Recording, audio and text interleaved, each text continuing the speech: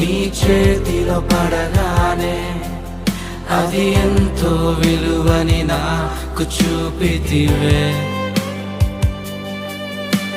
జీవమే లేని నాలోని జీవమును నింపుటకు నీ జీవితాన్నే తారబోసితివే.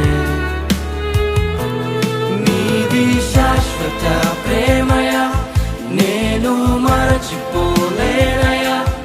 ఎన్ని యుగాలైనా మారదు. ఎండిన ప్రతి మోడును మరలా